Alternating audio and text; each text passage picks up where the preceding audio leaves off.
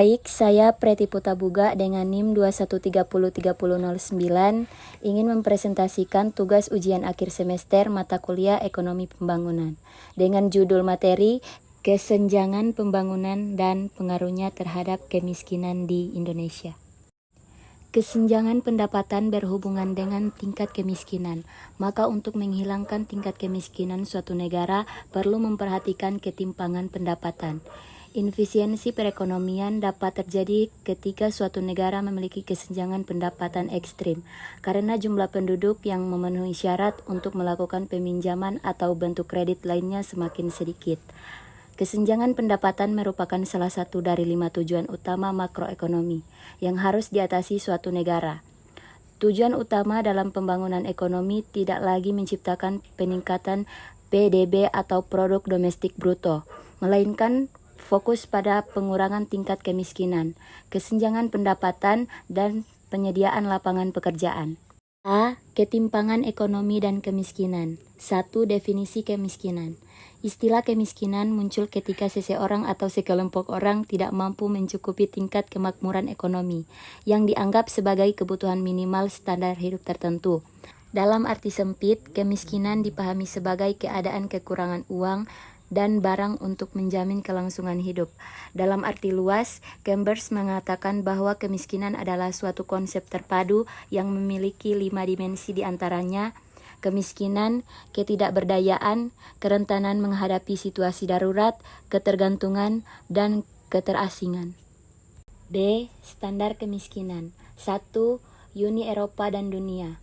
Uni Eropa umumnya mendefinisikan penduduk miskin sebagai mereka yang mempunyai pendapatan per kapita di bawah 50% dari media rata-rata pendapatan. 2. Tingkat pendidikan yang ditamatkan penduduk. Kemiskinan yang terdapat di Indonesia, terutama yang terpusat di Jawa, dapat disimpulkan bahwa pengurangan tingkat kemiskinan dapat dilakukan dengan peningkatan pendapatan dari tenaga kerja terdidik. 3. Rasio ketergantungan penduduk. Faktor penyebab munculnya rasio ketergantungan adalah adanya tingkat kelahiran yang tinggi. World Bank menyatakan bahwa penyebab kemiskinan adalah ledakan penduduk yang tidak terkendali. Karena hal itu menyebabkan rasio ketergantungan yang tinggi. Malthus dan Todaro menyatakan bahwa ledakan penduduk akan menimbulkan pola hidup yang pas-pasan atau subsistem. 4. Pertumbuhan ekonomi. Pertumbuhan ekonomi tinggi yang terjadi di Indonesia ternyata tidak mampu mengurangi faktor penyebab kemiskinan. Pesatnya pertumbuhan ekonomi tersebut hanya bisa dinikmati oleh sebagian kecil orang Indonesia.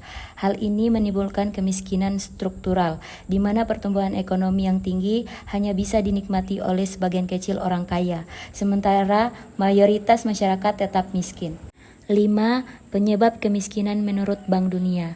Yang pertama, terbatas ketersediaan bahan kebutuhan dasar dan prasarana. 2. Kebijakan pembangunan yang bian perkataan dan bin sektor adanya perbedaan. Ketiga, kesempatan di antara anggota masyarakat dan sistem yang kurang mendukung. Keempat, adanya perbedaan sumber daya manusia dan perbedaan di antara sektor ekonomi atau ekonomi internasional versus ekonomi modern. Kelima, pengelola sumber daya alam yang berlebihan dan tidak berwawasan lingkungan. C. Indikator dan ukuran ketimpangan serta kemiskinan. Indikator dan ukuran absolut.